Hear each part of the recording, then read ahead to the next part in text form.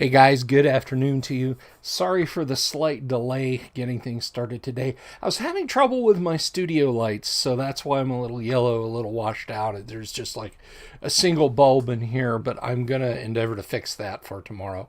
So I just think I need to buy new batteries for my lights. But anyway, welcome if you're watching this. If you're used to watching this either on Facebook or on YouTube and you're wondering why I'm not on Facebook, well, I got voluntold to take another week off. I'm getting more and more frustrated with Facebook when I post jokey things in private groups.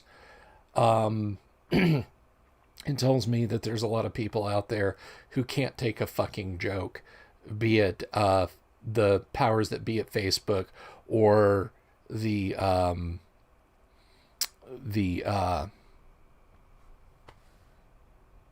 people in the groups.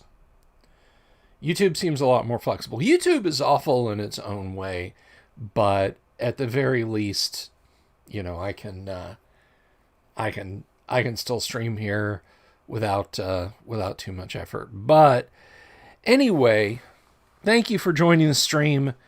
I will be posting over at least links to Facebook streams over on YouTube. I have my insiders working for me. I just think we didn't quite coordinate up today. I may make a dummy account just to post to my Facebook account links to back here to YouTube.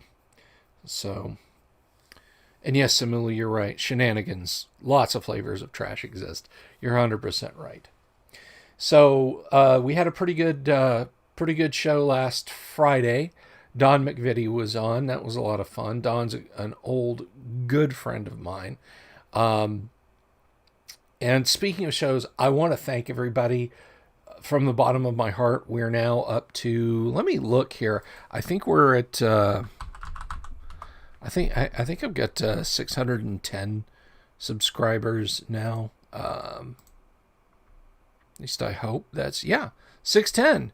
So that's wonderful. And, it's really, really, really awesome having that many folks watching the show, watching the stream. It's just great. It's just great. The folks are subscribing like that. So yeah, I'm pretty pleased. I gotta say, on a completely different tack, just regarding shows. I had actually planned on pre-recording today's show earlier this morning and doing airbrushing, going over some airbrushing because I have a lot of kobolds to paint. And if you're not familiar with the guy, there's a guy, he's on YouTube, he's on Facebook, Luke's APS. He's got a business, he sells things, but he's not sponsoring this video. I'm not promoting his stuff beyond saying he's very cool and he's got some good techniques. But he's got a painting method for doing, for painting up army stuff.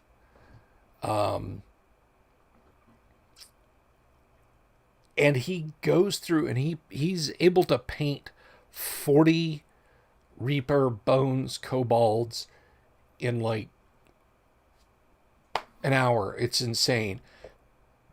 And I was wondering how adaptable his technique would be to using airbrush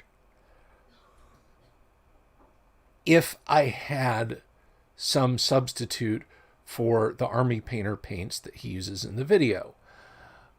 As it turns out, good Lord, was it this past last summer? I think it was. I picked up a set of like army painter beginner paints from my friends over at Gods and Monsters. Big shout out to them. Shout out to Todd and Anna. Love you both. And as it happens, I have the paints that he uses. Now, the one thing that I don't think I have enough of is the strong tone that he shaded them with, but we'll see. But what I wanted to do was basically replicate Luke's process. And it is so quick how quickly he does the painting that he stops and makes Hot Pockets halfway through the video and pours up some Pepsi for him and his brother. Like, that's how fast the painting process. It would literally be like, well, there's nothing to this if he didn't like stop and make no, I'm sorry, it's not Hot Pockets, it's samosas he makes, which I think it's the same thing. But extolling the virtues of comfort food while in the process of painting. So I was gonna do that this morning. I was gonna get some pizza rolls and some Coke and just whip up and just knock them out with the airbrush, because I like using my airbrush. I haven't used it nearly long enough. Don and I talked about it on Friday, but I really want to use my airbrush again. But pretty much now until, I don't know, sometime next week, we're supposed to have thunderstorms and so on all throughout Central Florida, or at least a high percentage chance of them. And I don't and will not airbrush paint in this space. I have too many electronics. I have too many too many books and things that I would like be devastated if they got paint mist settled on them. And more importantly, the missus and one of my daughters, they have respiratory issues.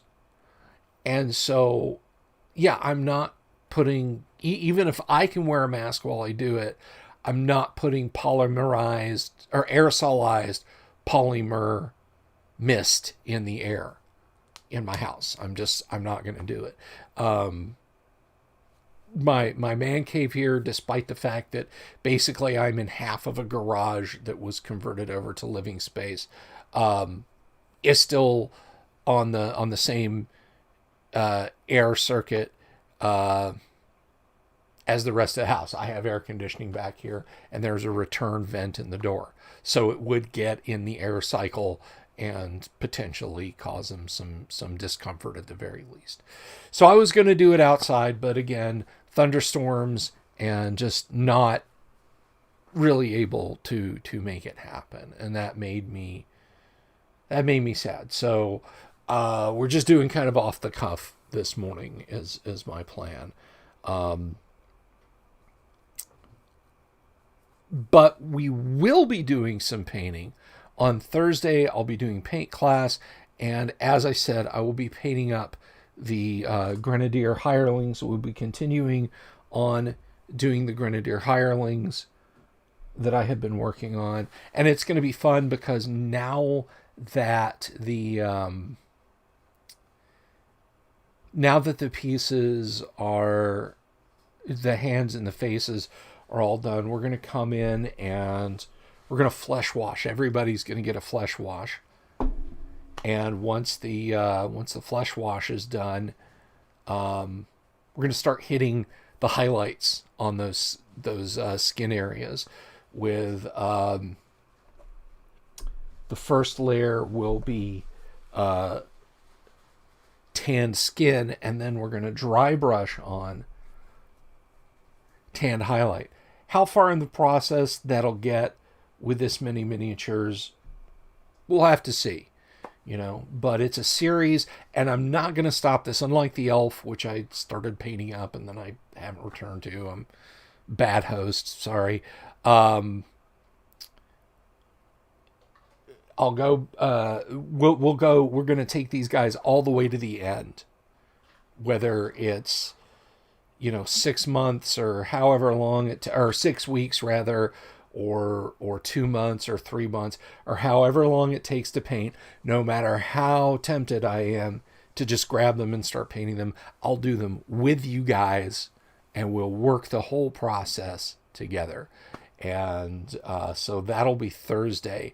Tomorrow, of course, will be Tuesday morning quarterback. We'll get into what the group did for the Monday night AD&D game, which is always a lot of fun. That is, the game is a lot of fun.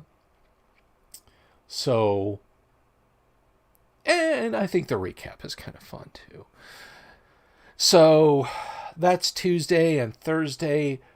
Wednesday, kind of a double header. Wednesday night will, of course, be Wastrel Wednesdays with Kyle, and I think we're going to play some Conflict.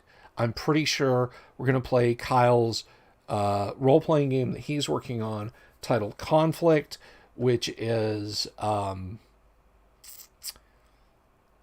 it is Traveler-like or OD&D-like, but it does have a bit more granular resolution, I think, than OD&D. There's not, OD&D is like you hit something and it either loses hit points or dies outright, and then you just move on. Conflict is if you haven't caught the episodes with Kyle and I talking about Conflict and demoing Conflict, Conflict is a lot more like, you take a punch or a stab or a shot or something like that, and it reduces your condition, not just your overall health. Like, a fighter in AD&D can start out with 99 hit points and start hacking his way through a battle and be reduced to 1 hit point, and he's effective. He is as effective as he was in all the previous rounds. Conflict granulates a little bit more, which is neat. It's very cool. I dig that a lot. I like the way that Kyle's got his system set up, and so I'm definitely looking forward to playing some more of that.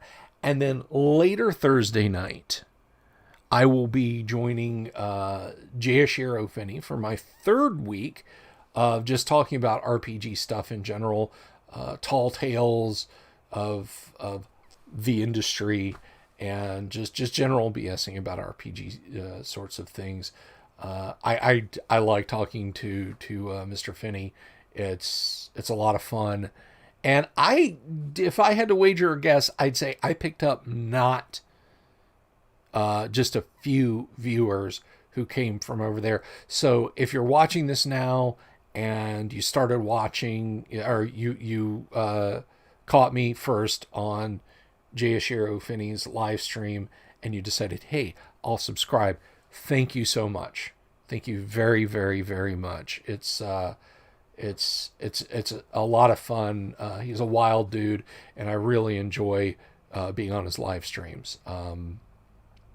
And speaking back to that subscription thing, I've made a decision, and I want you guys, if you're listening, go out and put this out on social media, because I can't go on Facebook right now. Although there are other platforms that I can hit up. YouTube, YouTube, I can make little announcements, but also Mayway and so on. I'm not going to use Twitter, or Minds, or Parler, or Gab, or anything like that. But I've decided that when I hit 1,000 viewers, I'm not going to just do one game. I will do a mini online convention. That's right. I will do a Games Day style mini convention, and I will host multiple games via Discord. You can come in and you can play.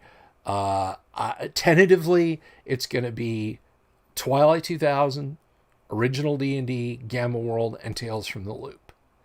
And I'll just maybe I'll start like at 11 o'clock in the morning Eastern Standard, and we'll roll through. So that is when I hit 1,000 subscriptions on the live stream. Mini convention. Will I have like a sign up thing? Yeah, I will probably do that. But You'll be able to come in and play some old school, and in the case of Tales from the Loop, a new school RPG. Maybe I'll extend it out. Maybe I'll have other GMs come in and run other games. But that's what's going to happen when I hit 1,000 subscribers on the YouTube channel. There's a lot that I want to do that I'm not able to do with less than 1,000 subs. And once I hit 1,000 subs, the algorithm kind of kicks in, and it'll start promoting my stuff more on YouTube. Something else that's going to happen this week, and it's something I'm going to start working on tomorrow after tomorrow's live stream, is I have about a dozen interviews that I've done with some great folks. I did the interviews over on YouTube, over on Facebook. And you guys may have never seen them, and Facebook doesn't make it easy to find videos at all. So this week, I'm going to start uploading like maybe one a day, an archive video in addition to the live stream. And what I need to do is I need to record little bumpers for them. So it makes sense to you folks who are coming in. Like 4 of them are me talking to Tracy Lesh, who we're still praying for. Tracy's still dealing with health issues, so we're keeping Tracy and his wife Shelby, who are both wonderful people, in our thoughts, or at least I hope you are. Tracy is a pioneer from the earliest days of role-playing games. He worked for TSR back in 74, 75, and did the illustration for several truly classic D&D products. But I've done 4 interviews with Tracy on the live stream. What order those are in, we'll have to sort out. And I'm going to do more interviews with him. So yeah, like all of Tracy's interviews, my interviews with Paul Stormberg, who, like, people have said, like, oh, I'm just going to say you're a historian and scholar of D&D history. It's like, Paul has forgotten more about TSR history and D&D history than I have ever known. And that I've been able to bring him onto my live stream just makes me so happy. And I think you guys should enjoy it too. The artist Darlene, who is one of the unsung heroines of D&D art history. Her pieces are so moving and so wonderful. She has a full page plate and a half page plate in the Dungeon Master's Guide that are among my favorite pieces of D&D art of all time. So much so that I have her autograph in 3 places in my Dungeon Master's Guide. I've done an interview with her. Talked to Rob Schwalb, who is a developer who's done a lot of cool RPG stuff. So I'm going to put Rob's interview up. But I do want to put bumpers up to give them a little bit of context. So, our YouTube fans can enjoy it. And of course, almost every live stream I've done with Kyle is not only a co-host, he's a great guest to have on and a fun guy, but you can already see those. But I'll be putting all of those up, and over, on other social media platforms, I will still be reaching out to basically anybody who wants to come on, and be part of the live streams. So all those are going to be going up starting this week. And like I said, it'll be daily. So you'll get my live stream in the afternoon, or early afternoon, late morning. And then at some point during the day, I'll do an upload. Hopefully, what that'll do is it'll kick in that algorithm and it'll work for me a little bit better. through YouTube, so more people will see it. It'll be like, hey, this guy's, this guy's starting to grow a little bit, and folks looking for RPG related blogs and vlogs and so on will see it. And it's really purely so I can better interact with you guys. So I'm gonna Samuel says here, I've enjoyed watching some guys play on YouTube, some long campaigns. It's great to see people really get in their roles. It is. And I've got my Monday night group. I thought about taking us over to Twitch a lot, which is kind of why I have the camera setup that I do. It's not just a single webcam. It's a 4K camera. I've got a boom arm that I can adjust. I can point it at stuff on the table and everything, like if I want to set up minis and Dwarven Forge and so on. So that's a thing that may come. I've got to kind of work out the logistics of it, because if it got big enough on Twitch that people were like, yeah, I want to go in and I want to throw some dollars at these guys, I'd want to make sure that it got split out evenly to everyone. So I'm going to have to talk to my group, because I've got 12 people on Monday. Well, I've got 11 folks on Monday night, which I'm going to circle back around to that in just a second. So yeah, it has been interesting. And I know some people,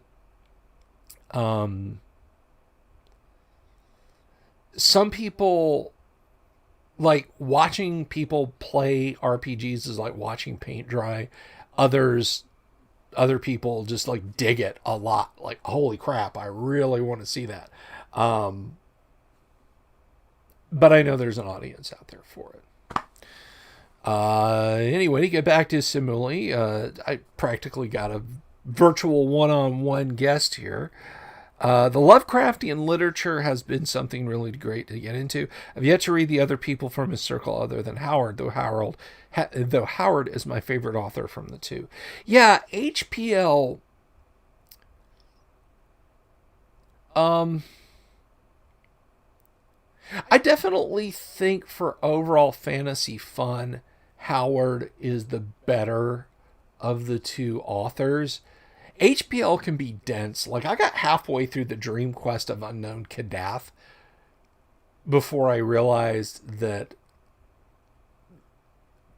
there's literally not a shred of dialogue in the book.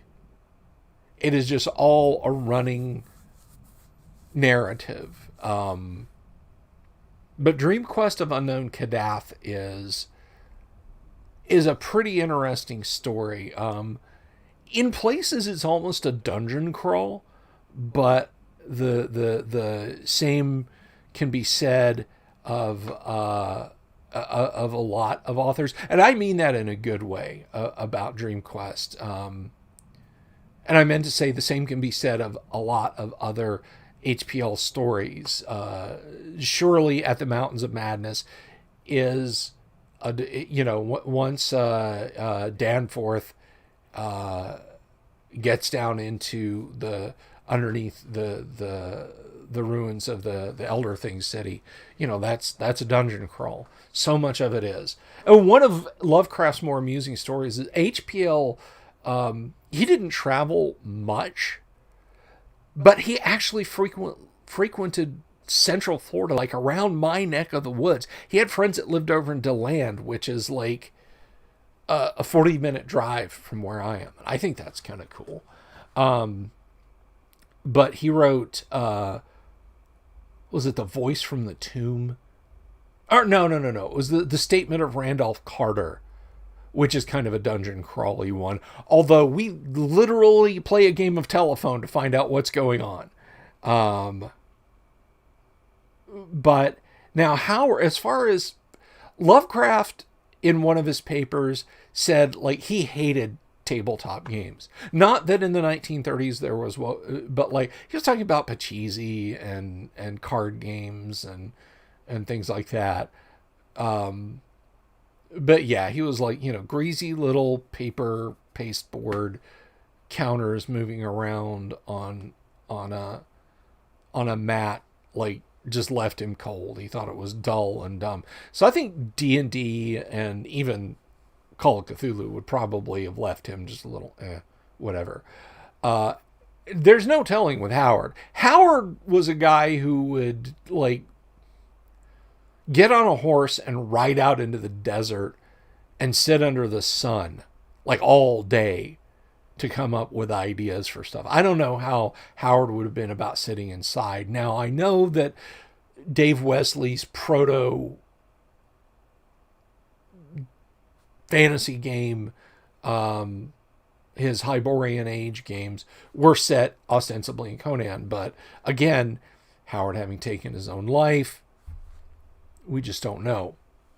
Now, another contemporary of Lovecraft's was Fritz Leiber, who did lead a long and fruitful life and was a friend and contemporary of Gary's. Fritz thought RPGs were the bee's knees. In fact, if you missed my talk with Jay Ashiro where I talked about that, Fritz Leiber's Fafhrd and Grey Mauser make a fourth wall breaking appearance in The Dragon to voice their opinions on Dungeons and Dragons, that the game needs rules for Horis to be at the table to distract other players so that those players might get more treasure, that a player should sit at the table with a dagger handy, ready to stab someone in the genitals if they mistreat their player, and so on. So Leiber at least got a kick out of D&D in a big, big way. So I got to get caught up with the chat here. Oh,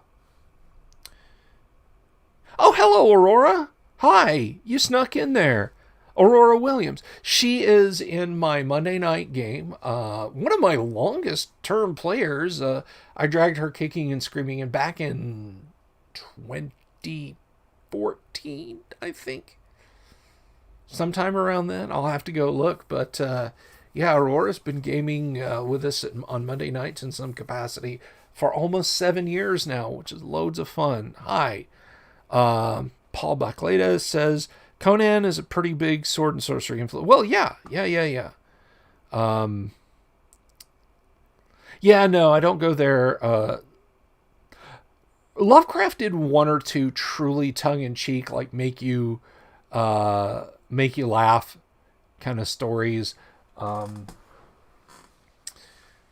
think The Tree is one.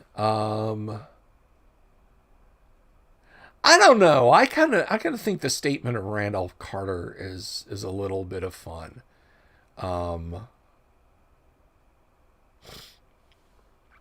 Let's see. Yeah, Dream Quest is good. Reanimator's an interesting experiment. Yeah, you fool, Warren is dead.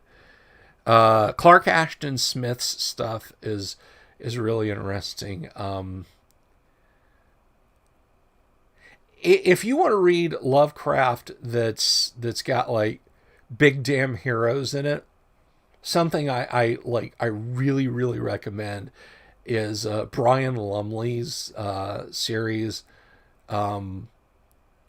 He's got Cthulhu's twin brother, who is as good and nice and benevolent and munificent to mankind as Cthulhu is bad and mean and malevolent, Cathanid.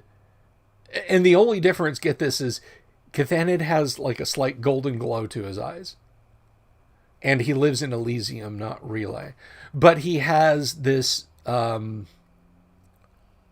like supernaturally beautiful daughter who, of course, the protagonist in Brian Lumley's book falls in love with, and they wind up having adventures together. And yes, she's human. Cathanid, hundreds and hundreds and hundreds of feet tall, just like Cthulhu. Cryptic, ancient alien intelligence. And he has a human daughter. A human-looking daughter. Let me clarify. a human-looking daughter, which I guess goes back to Ghostbusters and the statement, it can look like whatever it wants to. So,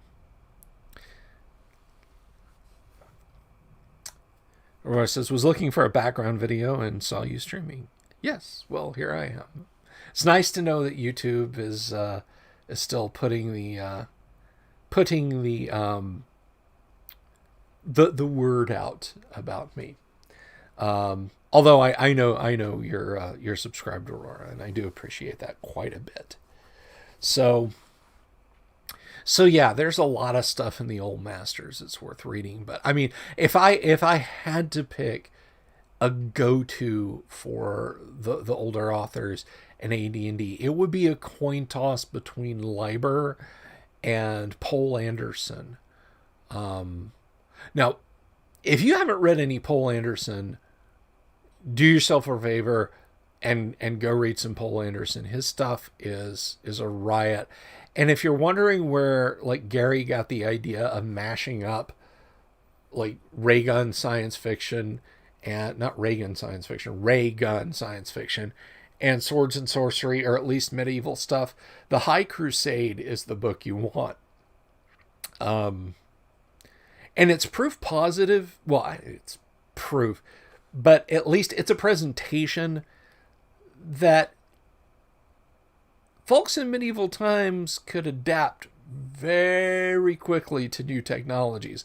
I won't spoil it beyond that, but you really, really need to read The High Crusade. I do recommend. Another good one to put in your quiver by him is The Broken Sword. I don't know if Robert Plant and company read The Broken Sword before they wrote No Quarter, the song on Houses of the Holy, or even Immigrant Song. Actually, Robert Plant said Immigrant Song came to him when they had a flight going into Iceland. That's it. That seems to fit. But basically, you know, he was looking down at the snow and he could just make out like steam from larger hot springs and stuff, natural hot springs, as they were circling over the airport. And it just kind of came to him. But The Broken Sword is basically the song No Quarter by Led Zeppelin in novel form. Do highly recommend The Broken Sword. You should really, really, really, really, really, really read The Broken Sword. And Aurora will know this, at least the place I mentioned, where I get the Old Phoenix Inn from is, there's been a lot of pollen lately despite the rain today tamping it down, so I'm a little itchy around the eyes and nose. I apologize for that. But A Midsummer's Tempest is good. No, it's great. A Midsummer's Tempest, and Three Hearts and Three Lions, which I've discussed here. Well, not here on YouTube, but on the live stream. Three Hearts and Three Lions is why we have a lot of D&D. People think that D&D is just Tolkien with a little bit of Moorcock thrown in. It's not. It is Poul Anderson's Three Hearts and Three Lions with some Tolkien and a little bit of other things thrown in. Three Hearts and Three Lions is a telling of... It's kind of like a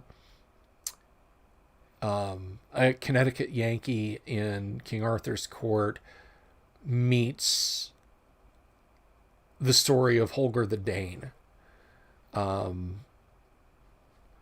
But from Three Hearts and Three Lions, we get the D&D Paladin, we get alignments, we get the troll, the regenerating, long-nosed, green, rubbery skin troll, comes from Three Hearts and Three Lions. The Swan May in second edition, in the Monster Manual 2, comes from there.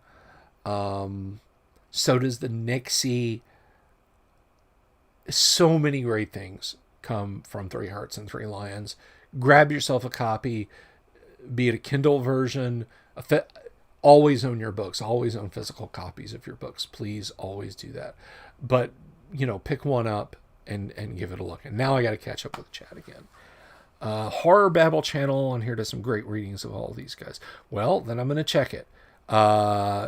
Yes, well, I'll give it a look. Samuel says, Ian Gordon has the best voice for Lovecraft. Horror Babble gets the highest recommendation from me. Well, from you guys, I will have to give it a spin. They're one of the things that kept me going through this last winter. Excellent stuff to relax with, honestly, as bizarre as that may sound. Yeah, a good podcast, I think, can be a lot of fun. I put on a lot of stuff to listen to. A lot of it is computer rebuild things, which there's not enough of. Okay, so I want to kind of hop over in, and this kind of goes on with the YouTube and metrics and that sort of thing. And I won't spend too long on this because it doesn't really have anything to do with fantasy or gaming or anything like that. But I thought about doing a tech YouTube channel because they seem to get a lot of views and so on. And IT is my primary background. So I thought, well, I know a lot about computers. I've got a ton of computer stuff laying around, although less than I have had in the past. So, I should just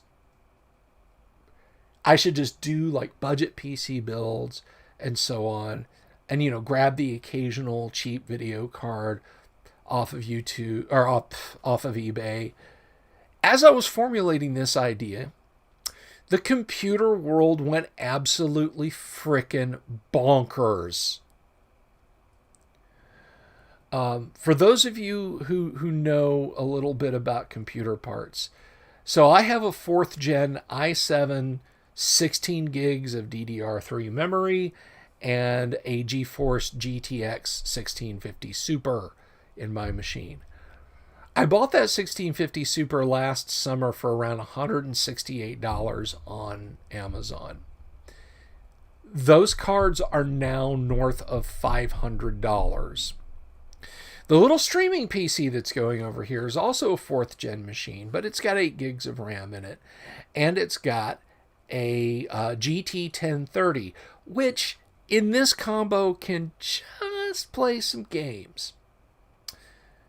The GT 1030s were around $80. I picked up a couple to put in my kids' PCs at the time because they needed graphics card updates. So at the time I upgraded mine, I got them 1030s to pop in their machines, and they're happy with them. Those cards were like $80 a piece. Now, those cards are approaching $200.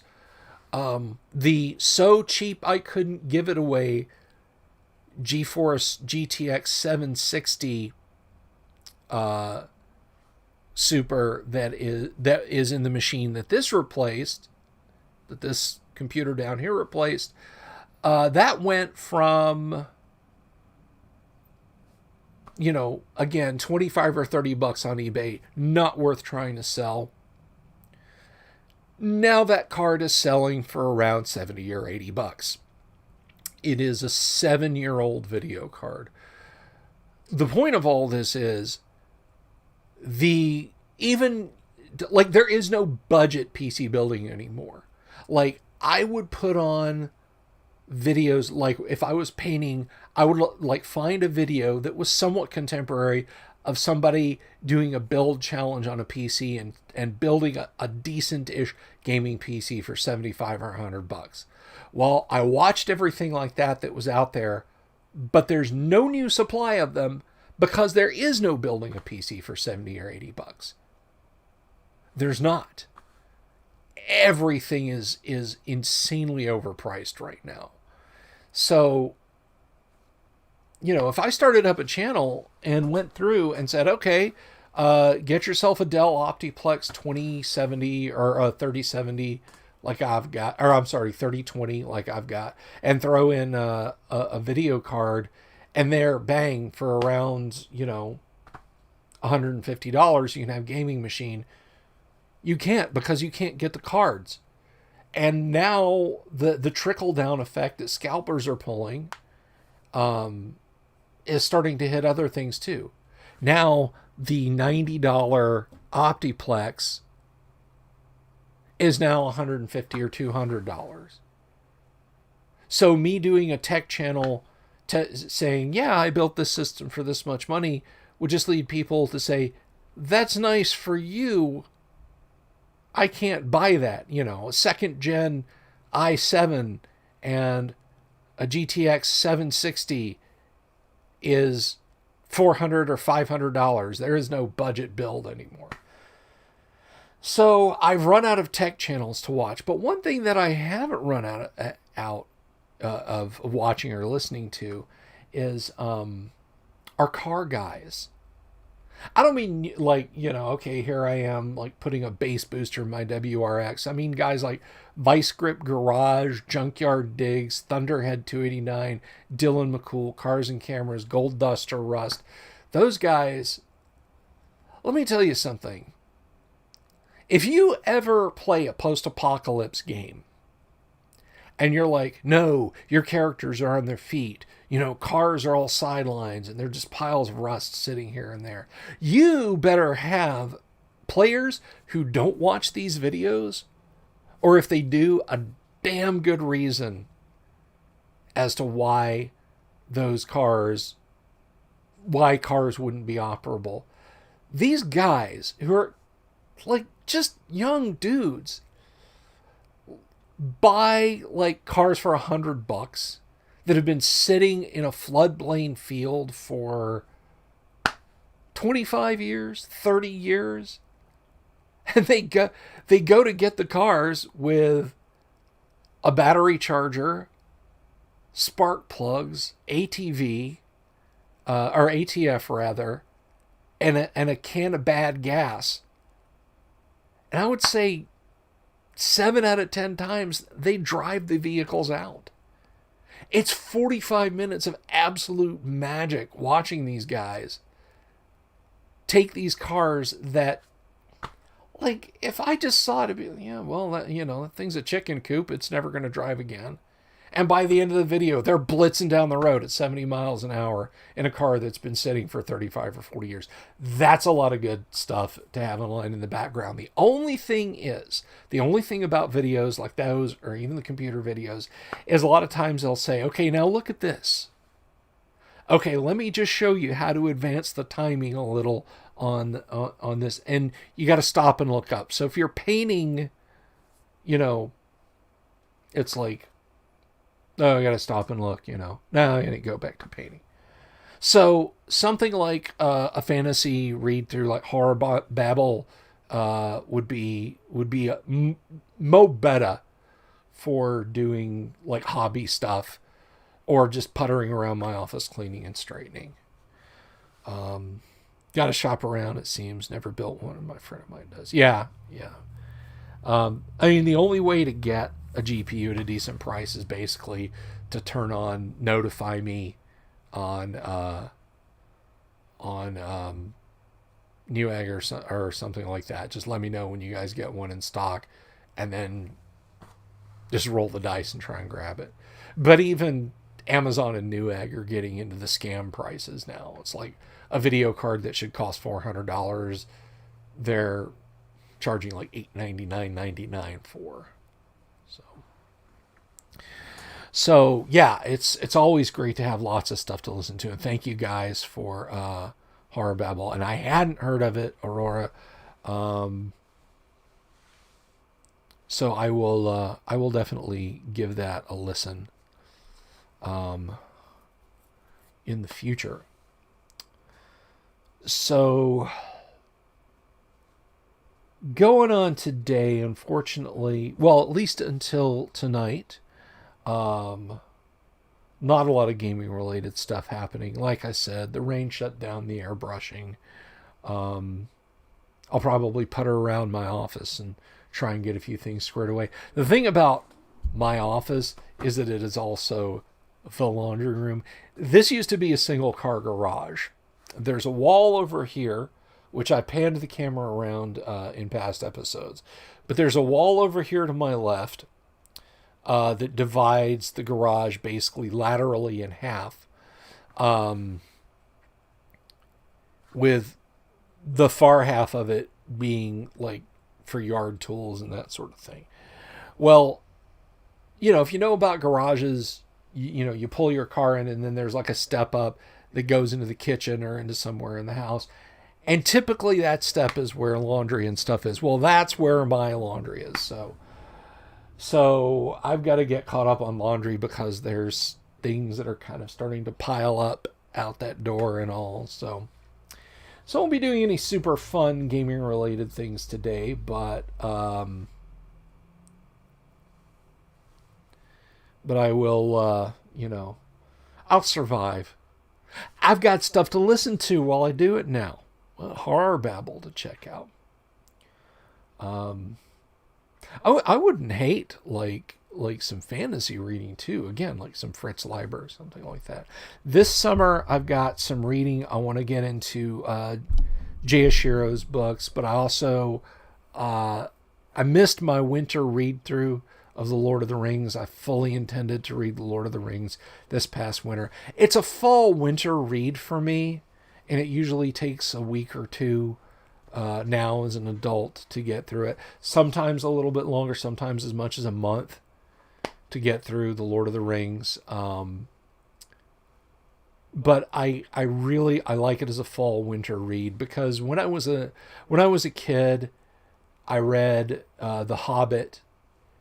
Like after the Hobbit cartoon came out in '78, an aunt gave me a copy of the book, and so I read it, and I fondly remember reading that in the fall. And it's just like, it's just a fall book. It's hard to describe. And The Lord of the Rings, I mean, when you're reading about the company trying to go through Cahardras, the mountain pass to the north, but of course Saruman sends a storm against them and freezes them out, and you read about them sleeping against the mountainside with a little bit of cliff over them, and that sort of thing.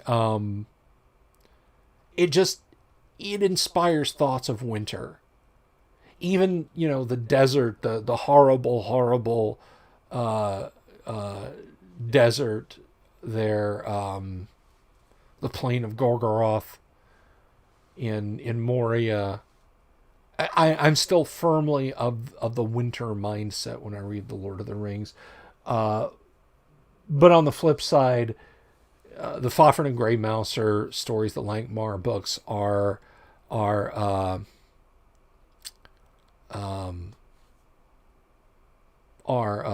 they're summer reads. They're fun, they're light, they're airy, despite the fact that Fafhrd's part of the saga is all in a wintry, cold place. And there are many stories where Fafhrd and Grey Mouser are in cold climes. I can't explain it. It's just a mindset I have. Similarly, I tried Lord of the Rings. Yes, you should. You should go back and reread The Lord of the Rings. Everyone should read The Lord of the Rings.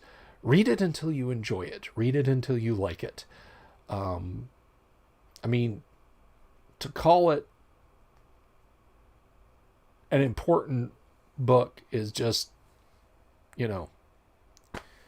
totally understates it. You will understand so much about modern fantasy.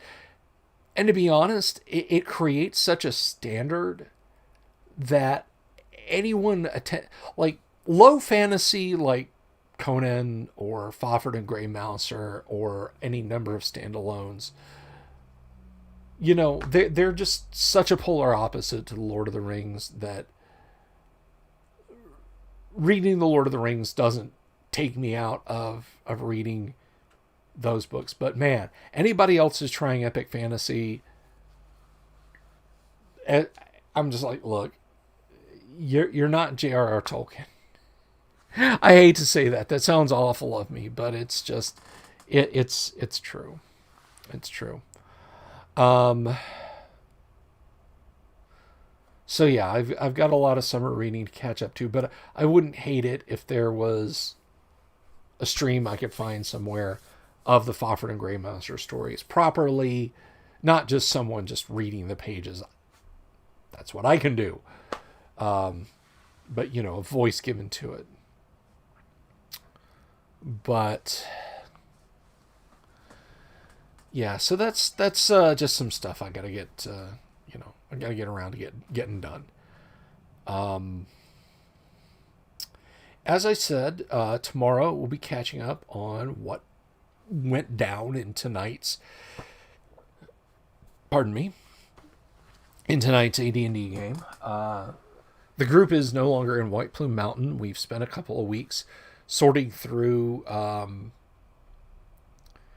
XP and treasure and characters getting leveled up and so on.